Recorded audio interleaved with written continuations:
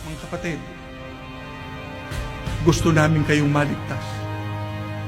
Kaya namin kayo ipinagmamalasakit. Ayaw namin na pagdating ng araw ng paghuhukom, hindi tatawagin ang pangalan niyo doon sa mga mapapalad na magtatamo ng bayang banal.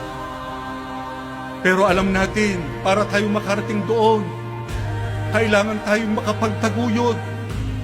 Pagka mayroong mga pagsubok, kailangan tayong makapagtaguyod. Pagka mayroong mga suliranin, kailangan tayong makarating sa hangganan kahit na ano pang kahadlangan na ating nasasagupa. Pero paano natin magagawa yan? Mahina tayo, hindi natin kaya. Tandaan natin ang itinuturo ng Biblia sa Panginoong Diyos, doon sa Kanya.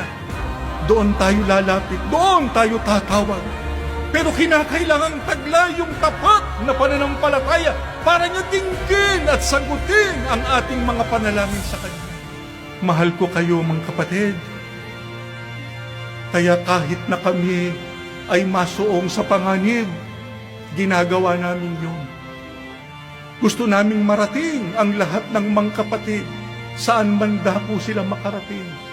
Sapagkat ang hangarin namin, yung kaligtasan, maiabot sa kanila, yung pangako ng Diyos ay makarating sa kanila at sila'y makapanatiling matatag at matibay sa kanilang pagkaiglesia ni Kristo.